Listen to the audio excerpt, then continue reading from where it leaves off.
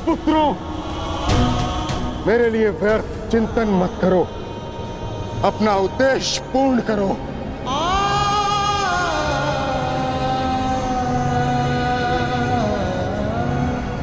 कर्म करो, प्रहार करो।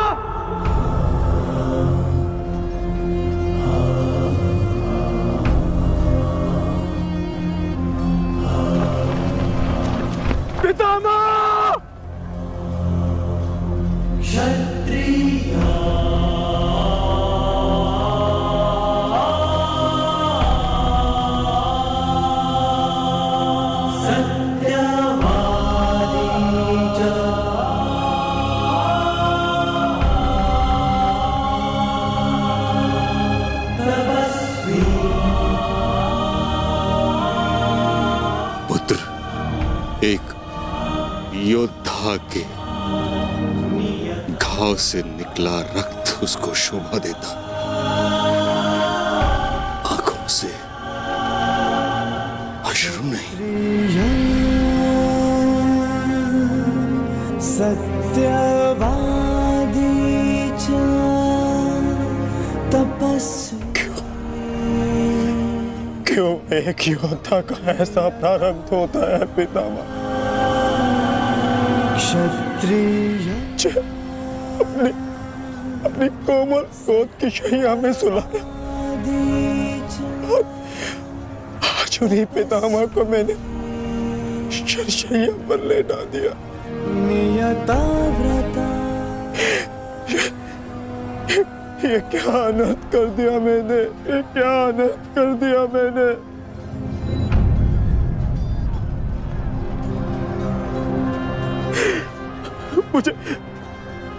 मुझे क्षमा कर दीजिए पितामह, मुझे क्षमा कर दीजिए।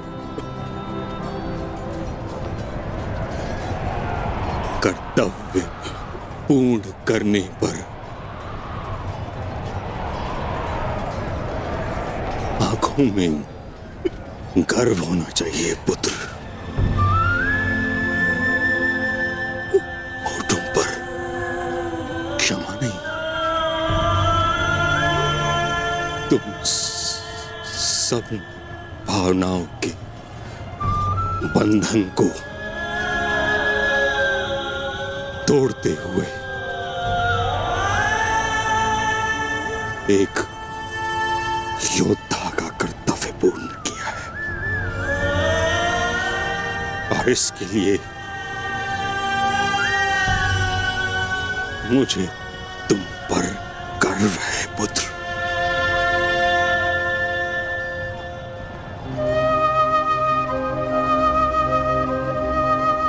एक बात सदैव स्मरण रखना पुत्रों, परिस्थिति चाहे जो सदैव धर्म का साथ देना।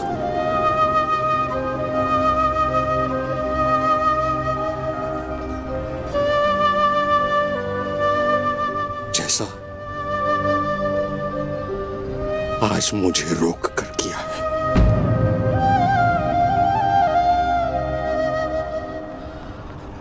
मुझे अपनी भूल समझ आ गई है माधव। मैंने सदैव अपने वचन का पालन किया है, परंतु इसी कारण अधर्म के मार्ग पर चला।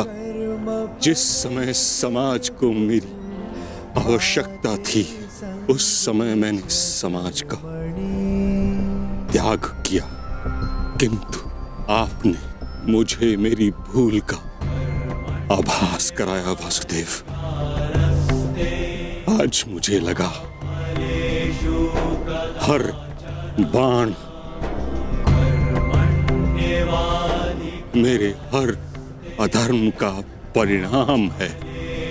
आज मैं अपने सभी पापों से मुक्त हो रहा हूं।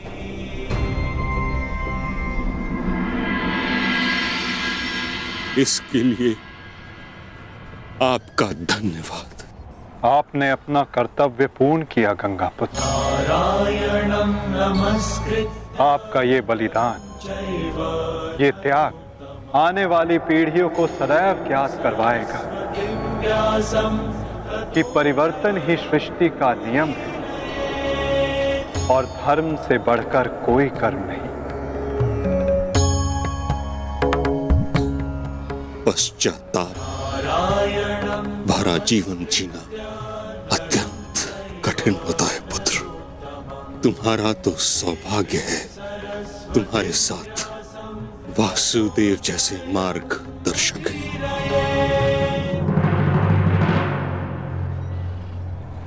युधिष्ठिर। जी पितामह। पुत्र, धर्म का पालन करते समय जीवन में कभी कभी कठिन निर्णय लेने पड़ते हैं। धर्म का मार्ग कठिन अवश्य है, परंतु इस पर चलने के पश्चात अंत समय में कभी पश्चाताप नहीं होता।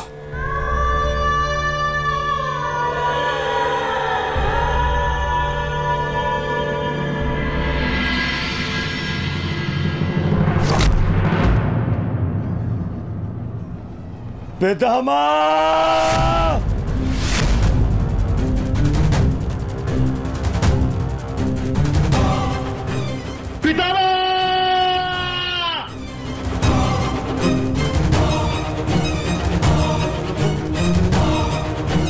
हट जाओ, हट जाओ, हट जाओ, हट जाओ।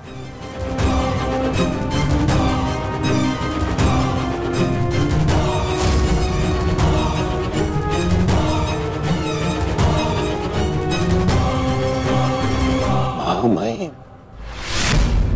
ये क्या किया तुमने? हाँ? सिंहासन पाने के लिए इतना अनर्थ कर दिया?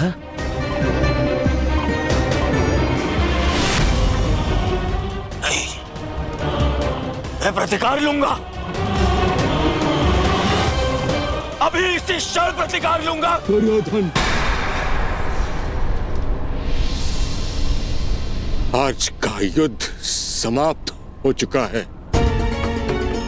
अर्जुन ने वही किया जो उसके स्थान पर तुम करते।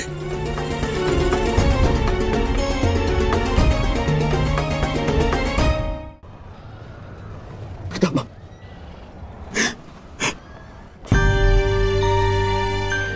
ये क्या हो गया पितामह? ये क्या हो गया?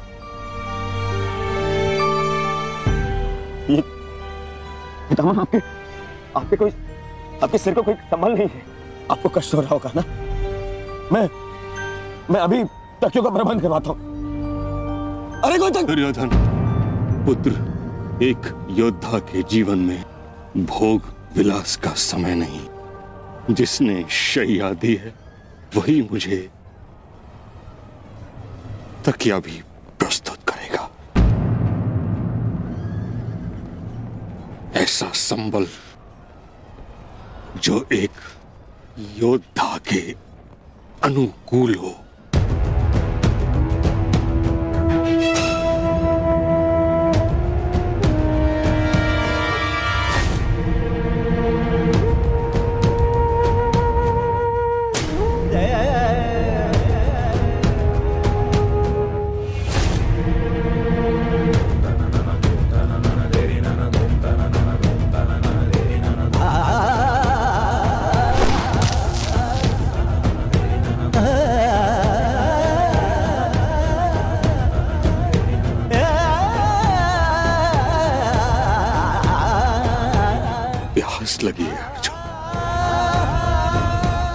गंगा जल जाए।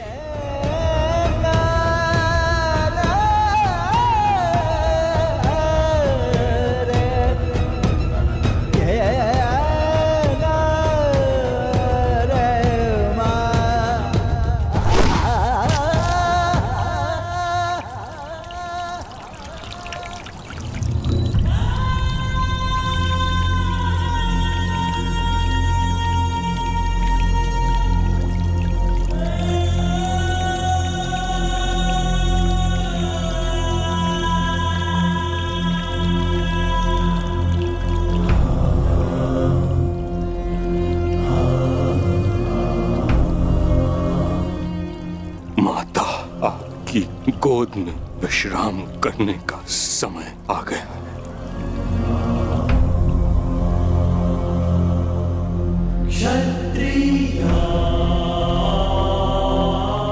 अब तुम्हें यहां से चले जाना चाहिए पुत्रों। यहां रहकर तुम मुझे इस दशा में अधिक समय तक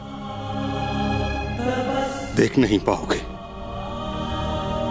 विश्राम करो, कल युद्ध शेष है। आज तुमने अपना एक कर्तव्य पूर्ण किया पुत्रों। क्षत्रिय किंतु अभी तुम्हारे अनेक कर्तव्य शेष हैं। नियताव्रता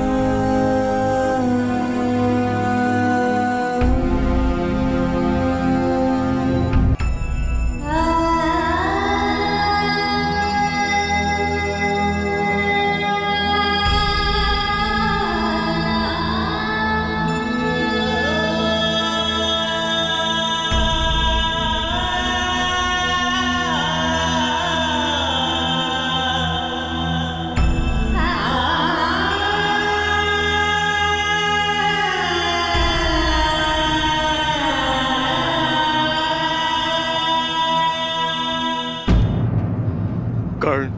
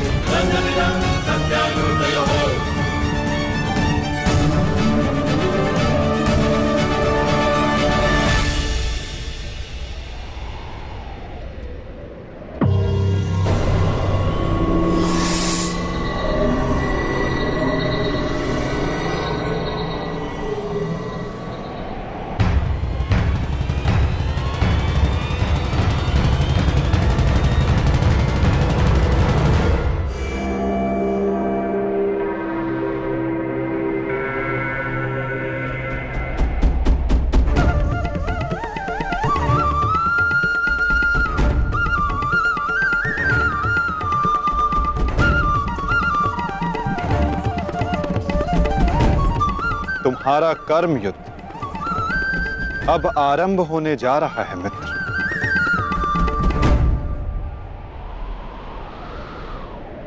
कल तुम युद्ध भूमि में प्रवेश करोगे, परंतु आज भी कोई कुरुक्षेत्र की युद्ध भूमि में है जो तुम्हारी प्रतीक्षा कर रहा है मित्र।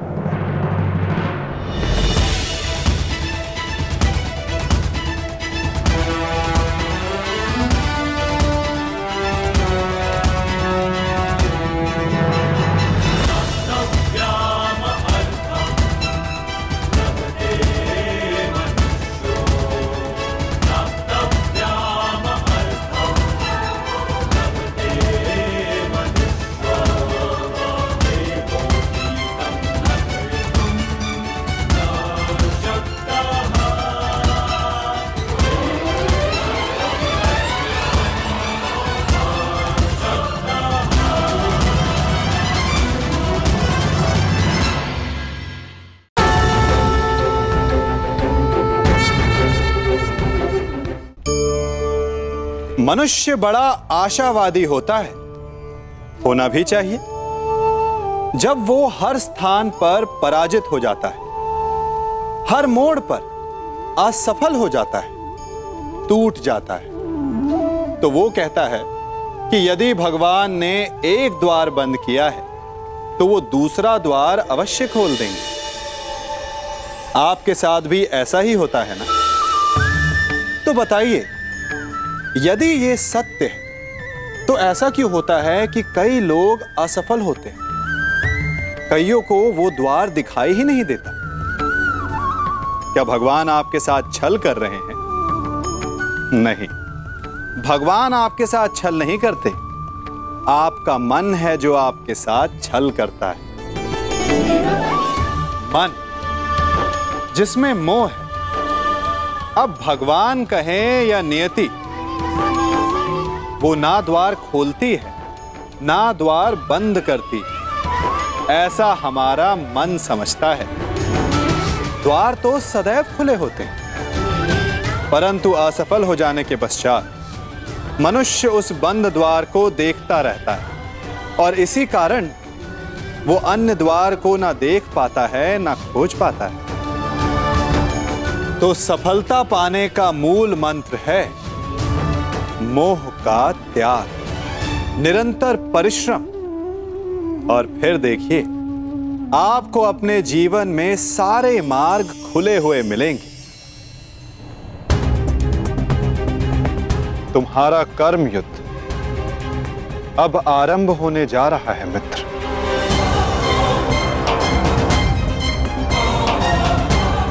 कल तुम युद्ध भूमि में प्रवेश करोगे, परंतु आज भी कोई कुरुक्षेत्र की युद्ध भूमि में है जो तुम्हारी प्रतीक्षा कर रहा है मित्र।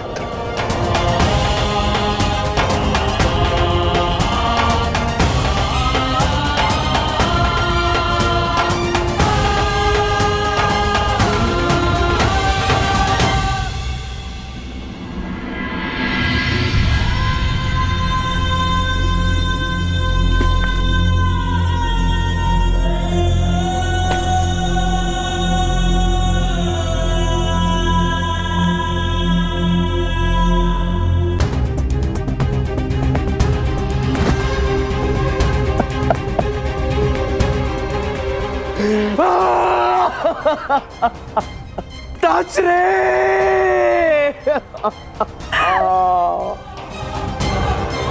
ये भयंकर है संजय, ये महाविनाश का प्रारंभ है संजय। वो वट वृक्ष गिर गया संजय, जिसकी छाया में हस्तिनापुर और मेरे पुत्र सुरक्षित थे। अब कौन करेगा कुरुवंश की रक्षा? कौन करेगा मेरे पुत्रों की रक्षा?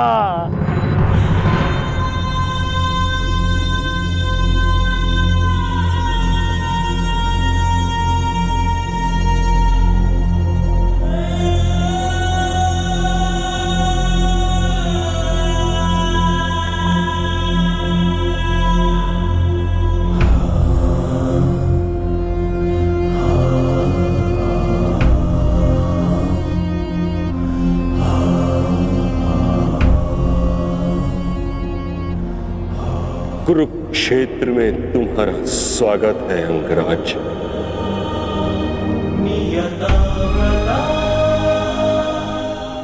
जानते थे। आप जानते थे कि मैं माता कुंती का ज्येष्ठ पुत्र हूं। पितामह, यदि आप जानते थे फिर आपने मुझसे ये बात क्यों छिपाई? क्यों मुझे रणभूमि में नहीं आने दिया? मैं कुंती के ज्येष्ठ पुत्र को अपने ही अनुजों से लड़ते नहीं देख सकता था। मुझे क्षमा कर देना पुत्र। मैंने तुम्हें सदैव दुख के अतिरिक्त कुछ नहीं दिया। ये तुम्हारा युद्ध नहीं, क्योंकि मेरी भांति ना तो तुम वचन से बंधे हो, न ही राज्य से। तुम तो सदा परिवर्तन के लिए लड़े हो कर्ण। जन्म पर कर्म की श्रेष्ठता सिद्ध करने के लिए सदैव संघर्ष किया है तुम। परंतु ये भी सत्य है कि तुम जन्म से क्षत्रिय हो, शूद्र नहीं। क्षत्रिय का सबसे बड़ा धर्म युद्ध नहीं, धर्म की सुरक्षा होता है। इस महायुद्ध से विलग रहो पुत्र। मैं वही कर रहा हूं जो परिवर्तन के लिए उचित है। मैंने सदैव अपना कर्तव्य पूर्ण किया है पितामह। अब आप मुझे रणभूमि में जाने से नहीं रोक सकते। आपने जो किया उस पर आपका विश्वास था। मैं जो करूंगा उस पर मेरा विश्वास है, और मेरा विश्वास है कि दुर्योधन युधिष्ठिर से कहीं अधिक सक्षम शासक है।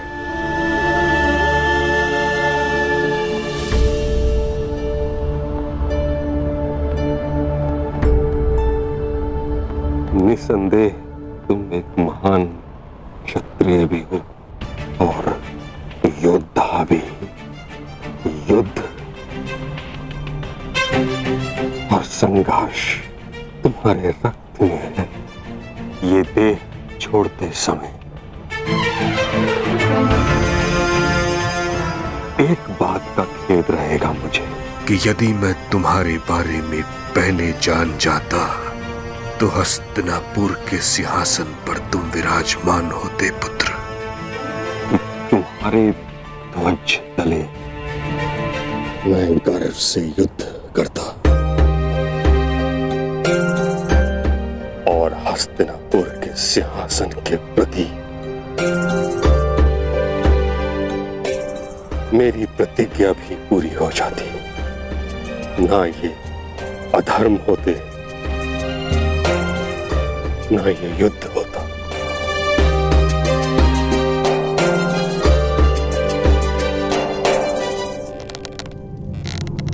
तुम्हारे पुत्र हस्तिनापुर की रक्षा बनेंगे, यही इनका कर्तव्य है और यही नियति है। मेरे पुत्रों का कोई अनर्थ नहीं हो सकता। यदि कोई अनर्थ का बाण उनकी ओर आएगा तो उसे सर्वप्रथम भीष्म की ढाल का सामना करना होगा। मुझे मुक्ति दो पुत्रों।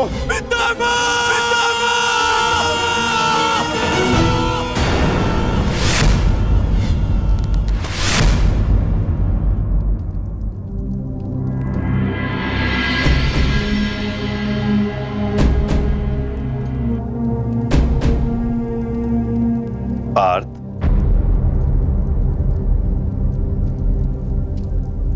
इस गांडीव ने तुम्हें क्या क्षति पहुंचाई है जो तुम अपना क्षोभ इस पर उतार रहे हो?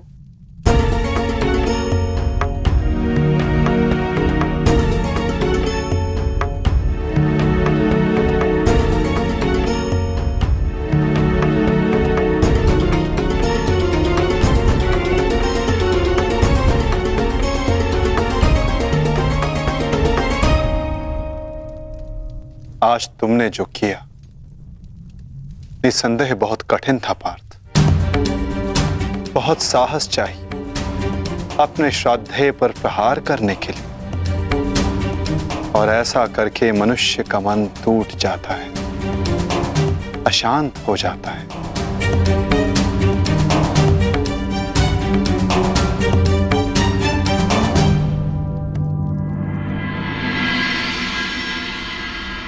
परंतु धर्म स्थापना के लिए, पाप के अंत के लिए ऐसा करना अनिवार्य था धनंजय। परंतु पार्थ, अब समय अशांत रहने का नहीं, अपने मन, अपनी शक्तियों को, अपने कौशल को एकाग्र करके केंद्रित करने का है पार्थ। तुम्हारे समक्ष अब तक वास्तविक चुनौती नहीं आई थी, परंतु अब वास्तविक चुनौती का आरंभ हुआ है पार्थ। अब तक युद्ध भूमि में जो तुम्हारे समक्ष थे, वो केवल तुम्हारे प्रहारों को रोक रहे थे, परंतु अब कल जो युद्ध भूमि में तुम्हारे समक्ष होगा, वो अपने सबसे घातक प्रहार तुम पर करेगा पार्थ।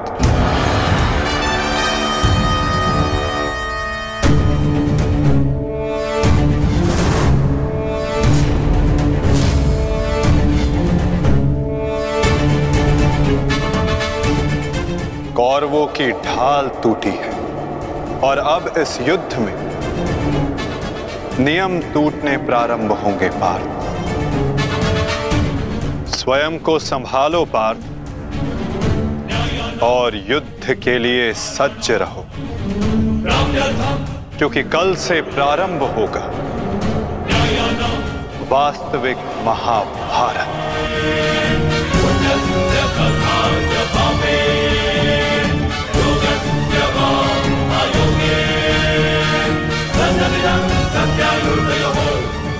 मैं युद्ध के लिए सज्ज हूं माता। यदि तुम युद्ध के लिए सज्ज हो, तो कल से यह रणभूमि तुम्हारे सामर्थ्य और पराक्रम की साक्षी बनेगी। मुझे विश्वास है तुम्हारी गौरव गाथा सहस्त्र वर्षों तक गाई जाएगी।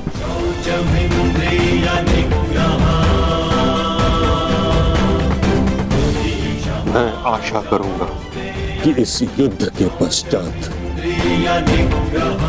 मैं गौरवशाली योद्धा कर्ण से भेंट कर सकूं।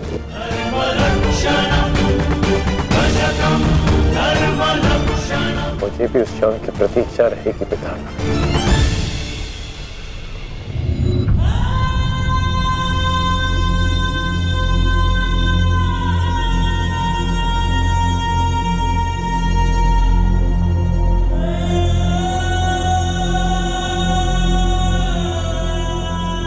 नियति का लिखा मैं नहीं बदल पाया कुंती। वर्षों जिस द्वंद्व को मैं और तुम रोकते रहे, कल से वो प्रारंभ होगा।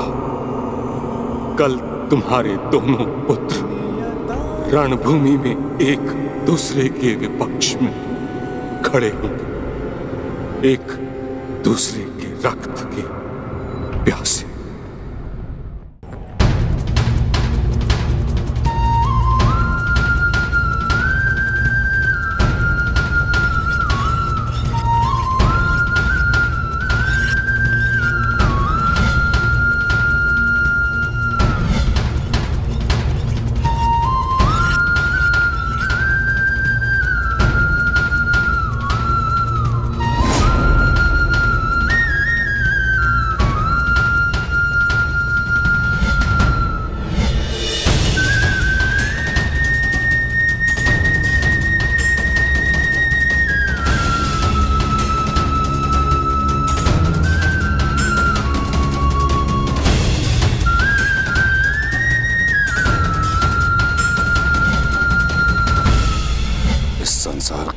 सर्वश्रेष्ठ धनुर्धर महाबली महामहिम भीष्म बाणों की शैया पर हैं।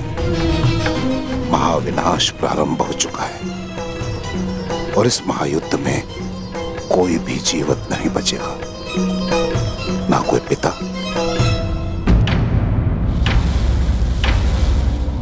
और ना ही पुत्र।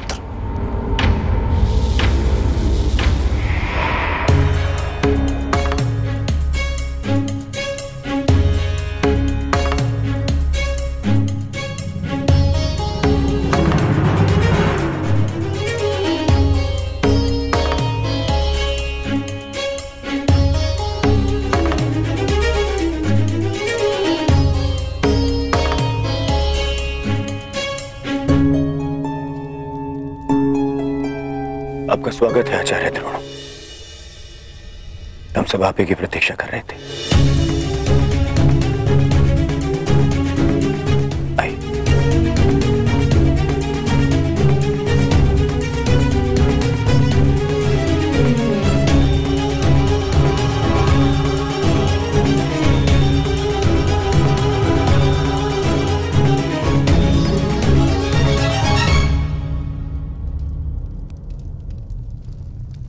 मेरी मंत्रणा स्मरण है ना मेरे होने वाले सम्राट?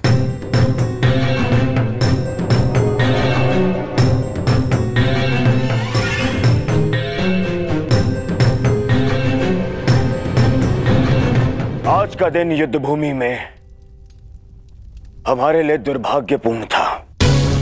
हमारे प्रमुख सेनापति महामहिम पितामह भीष्म शत्रुओं द्वारा रणभूमि से बाहर कर दिए गए और यह सब संभव हुआ है उन पांडवों के छल के कारण। किंतु यह युद्ध अभी समाप्त नहीं हुआ है वीरों। यह युद्ध तब तक शेष है तब तक हमारी अंतिम सांसें शेष है। और मैं दुर्योधन ये वचन लेता हूं कि मैं इस छल का प्रतिशोध लूंगा, अवश्य लूंगा।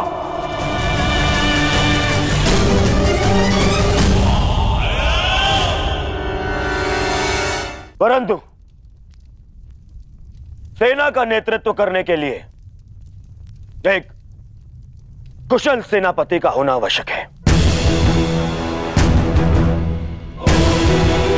और मेरे इस सेना का नेतृत्व कौन करेगा इसका निर्णय मैं ले चुका हूं। हमारी सेना का नेतृत्व करेगा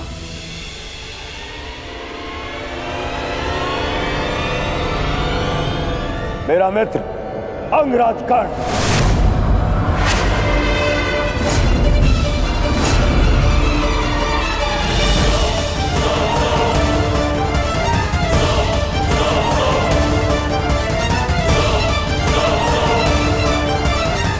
बस दुर्योधन,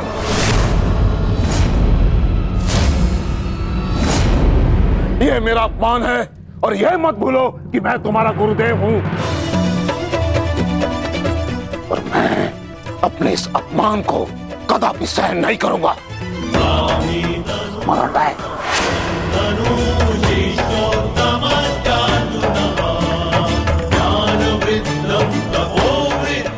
आज हस्तिनापुर का दुर्भाग्य है कि महामहिम बाणों के शैया पर लेटे हैं। बहुत अधिक पीड़ा हो रही है मुझे हस्तिनापुर लाया गया महामहिम द्वारा और किसी का द्वारा नहीं। और यदि महामहिम ने इस सूत पुत्र को अपने सेना में भाग लेने नहीं दिया तो मैं इस सूत पुत्र के अधीन रहकर इसके नेतृत्व में युद्ध कैसे कर सकता हूं। इसी कारण मैंने निर्णय लिया है कि मैं और अश्वत्थामा आज अभी और इसी क्षण से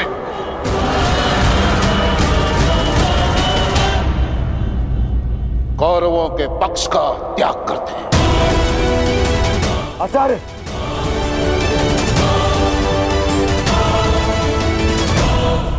क्षमा करें पिताश्री, किंतु कर्ण के अधीन रहकर मुझे युद्ध लड़ना है या नहीं, ये निर्णय आपका नहीं, मेरा। आप मेरी ओर से निर्णय नहीं ले सकते। बस, अपने पिता और आचार्य से विवाद करने की अनुमति ना तो धर्म देता है और ना ही तुम्हारे भीतर का योद्धा। और एक योद्धा भी किस पक्ष से युद्ध करेगा, इसका निर्णय ना तो उसके आचार्य लेंगे और ना ही उसके पिताश्री।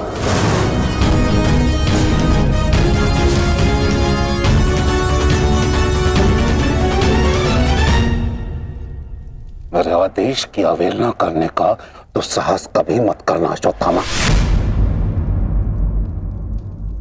निर्णय ले लिया है मैंने कि आज अभी और इस क्षण से हम कौरवों के पक्ष का त्याग कर रहे हैं।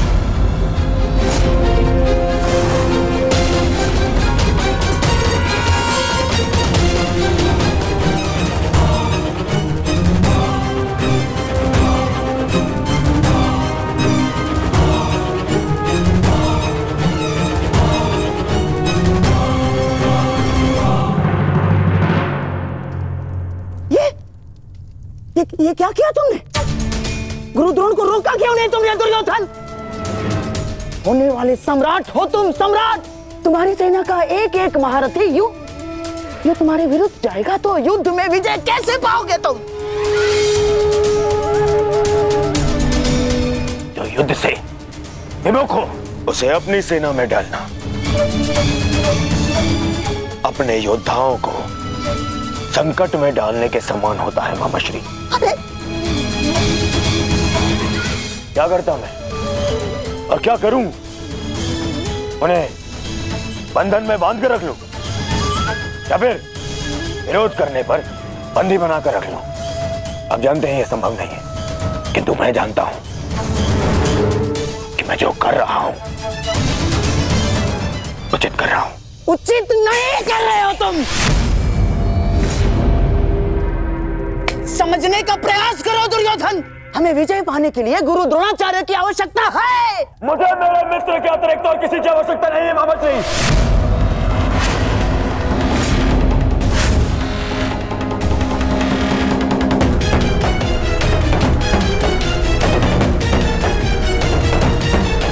आओ सेनापति कर्ण, तुम्हारा स्वागत है। बताओ हम सबको कल के लिए हमारी क्या व्यू रचना रहेगी? मित्र, गांधार नरेश उचित कह रहे हैं। इस युद्ध को जीतने के लिए हमें गुरु द्रोण की आवश्यकता है। हाँ, देखो, समझाओ इसे, समझाओ इसे। व्यू रचने में उनसे अधिक श्रेष्ठ और कोई नहीं,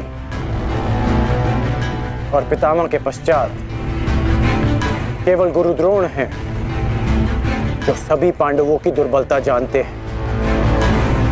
इसलिए उनका हमारे पक्ष में होना बहुत आवश्यक है मित्र। और मैं तुम्हारी सुरक्षा के लिए सदैव तत्पर रहूंगा मित्र, ये मेरा वचन है। परंतु कर्ण, अब क्या किया जाए?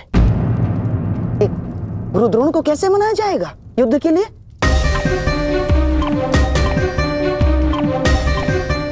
मेरे पास उपाय है। हाँ, कैसा उपाय अंगराज? गुरु द्रोण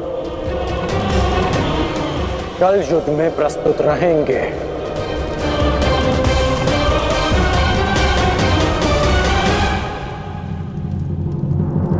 पिताश्री, आप चाहते हैं ना कि मैं युद्ध भूमि में ना जाऊं, तो ठीक है। यदि मैं रणभूमि में नहीं जा सकता तो अभी इसी क्षण पांडवों के शिविर में जाकर सबका वध कर दूंगा, परंतु युवराज दुर्योधन की सहायता जरूर करूंगा, चाहे इसके लिए मुझे अपने प्राण भी क्यों ना गंवाने पड़े। अश्वत्थामा,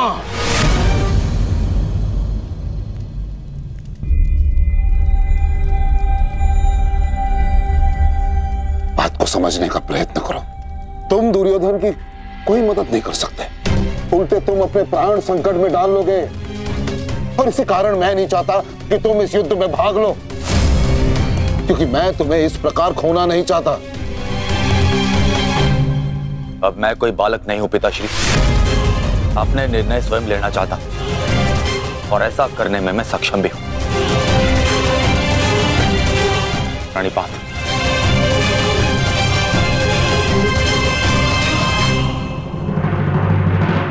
अब तक तो पितामह कौरव की रक्षा करते आए, परंतु अब कौरव की ढाल शेष नहीं। मैं विकोदर भीम उन पापियों का नाश करना आरंभ कर दूंगा। कौरव का नाश करने की प्रतिज्ञा पूर्ण करने का अब समय आ गया है। हाँ भ्राताश्री, जिसकी प्रतीक्षा थी वो समय आ गया। सूर्य उदय होते ही हम सभी इस युद्ध की समाप्ति का आरंभ करेंगे।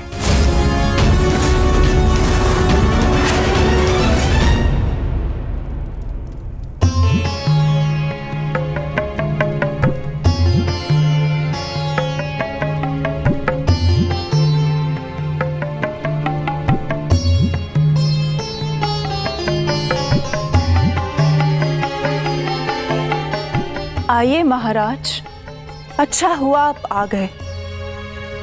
मेरा स्वयं ही आपसे बात करने का मन हो रहा था।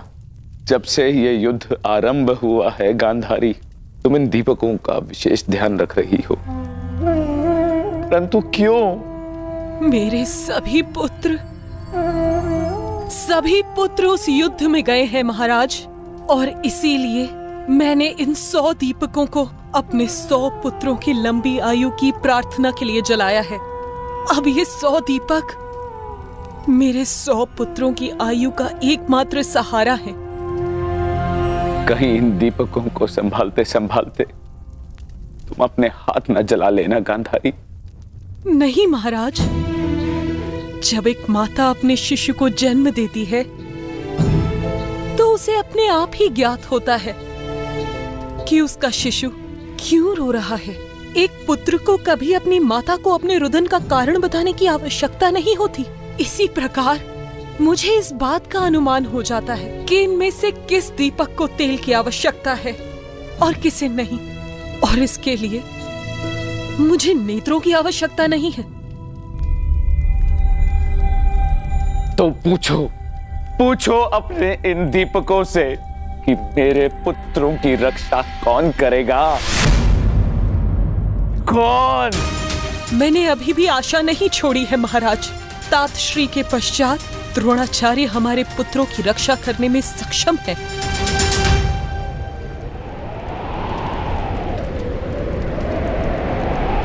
गुरुद्रोण बाहर आइए, शीघ्र बाहर आइए।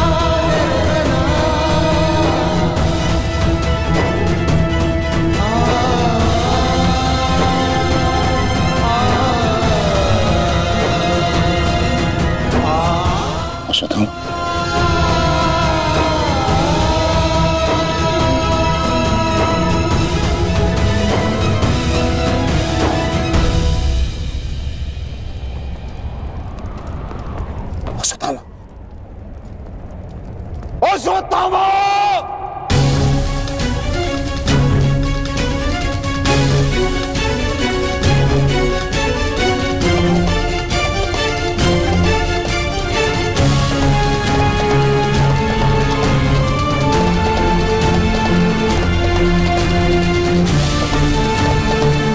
किसने किया ये सब पंगा? उत्तर दो मुझे, किसने किया?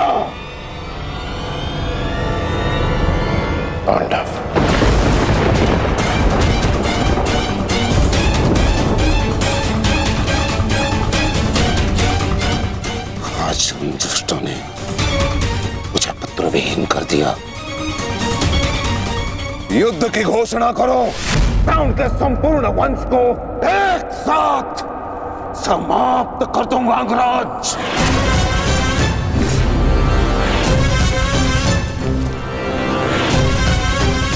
अपने पुत्र के हथियारों से मैं प्रतिशोध लूंगा, प्रतिशोध लूंगा। मैं पांडवों का अंत कर दूंगा, समूल नष्ट कर दूंगा उन्हें।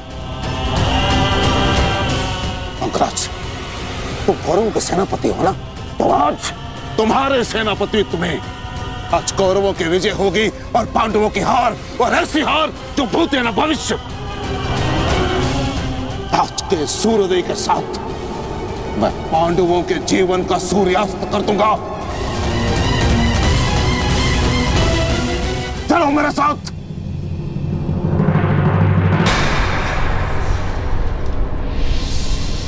अब किस बात की प्रतीक्षा है अंगराज? सूर्योदय होने वाला है, चलो मेरे साथ। परंतु आप तो एक सूत पुत्र के अधीन युद्ध में भाग नहीं लेना चाहते थे आचार्य।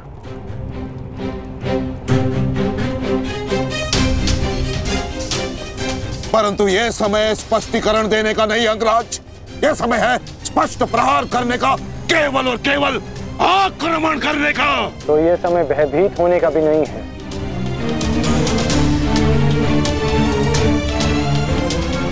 घुमा फिरा के बातें मत करो अंगराज, जो कहना है स्पष्ट रूप से कहो। कहना क्या चाहते हो तुम? सत्य कहना चाहता हूं आचार्य। आपने ये युद्ध मेरे सूत पुत्र होने के कारण नहीं छोड़ा था।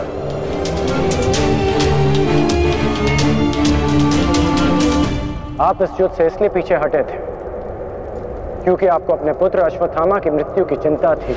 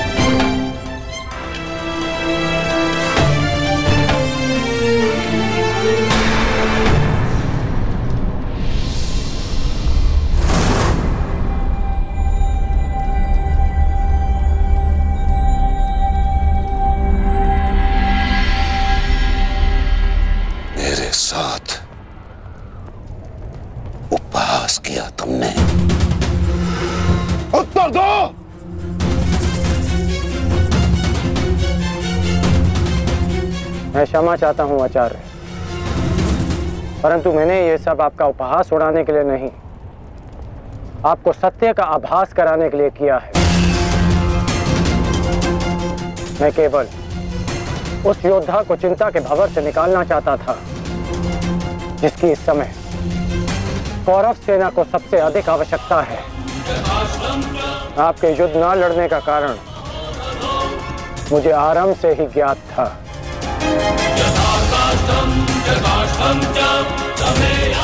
पुत्र खो देने की पीड़ा से मैं भली भांति अवगत हूं,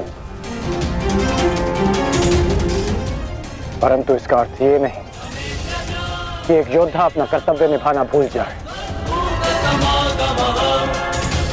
जो आक्रोश आपने अभी दिखाया, यदि वही आक्रोश आप युद्ध भूमि में रखेंगे तो ये मेरा विश्वास है कि आप कौरव सेना और अपने पुत्र को सदैव सुरक्षित रख पाएंगे।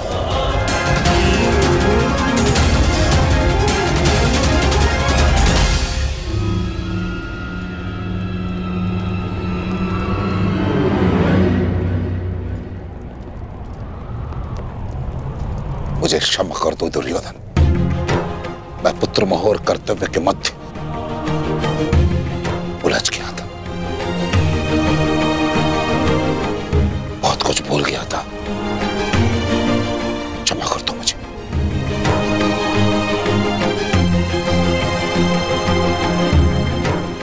गुरुद्रोण, आप सेनापतित्व स्वीकार कर कौरवों की जीत सुनिश्चित करें और आपके पुत्र की सुरक्षा मैं सुनिश्चित करूंगा। ये मेरा वचन है कि जब तक मैं जीवित हूं, मृत्यु अश्वत्थामा के निकट भी नहीं आएगी।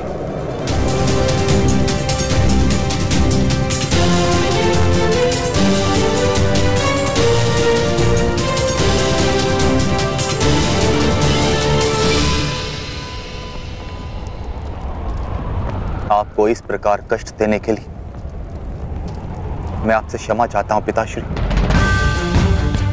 किंतु आपका पुत्र और एक शिष्य होने के नाते मैं आपको अपयश का भागी होने से बचाना चाहता हूं। पिताश्री, मैं आपसे एक वचन मांगना चाहता हूं कि जिस क्षण आप रणभूमि में उतरेंगे, उसी क्षण आप अपने हृदय से मेरे प्रति पुत्र मोह को त्याग देंगे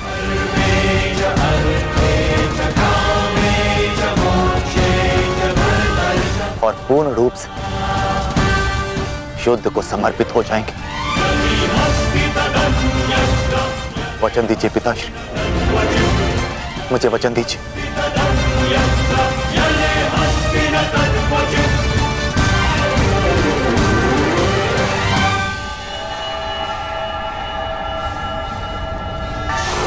मैं वचन देता हूं।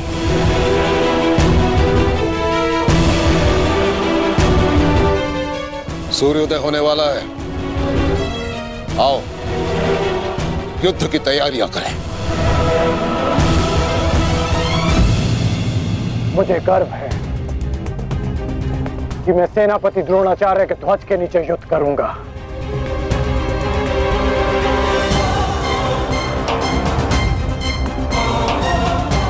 मैंने तुम्हें पहले भी कहा है मित्र, मुझे तुम पर पूर्ण विश्वास है। तुम्हारा हर एक निर्णय मेरे ही हित में होगा।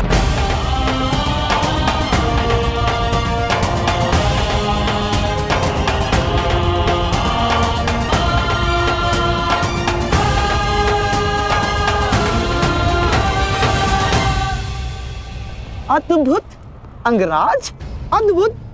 आप तो कुशल नीतिकार निकले। नहीं,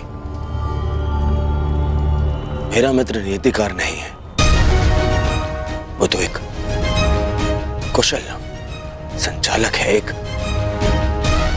कुशल सेनापति है। कर्ण, मैं आज बहुत प्रसन्न हूं और गर्व का अनुभव कर रहा हूं कि तुम मेरी ओर से युद्ध लड़ रहे हो।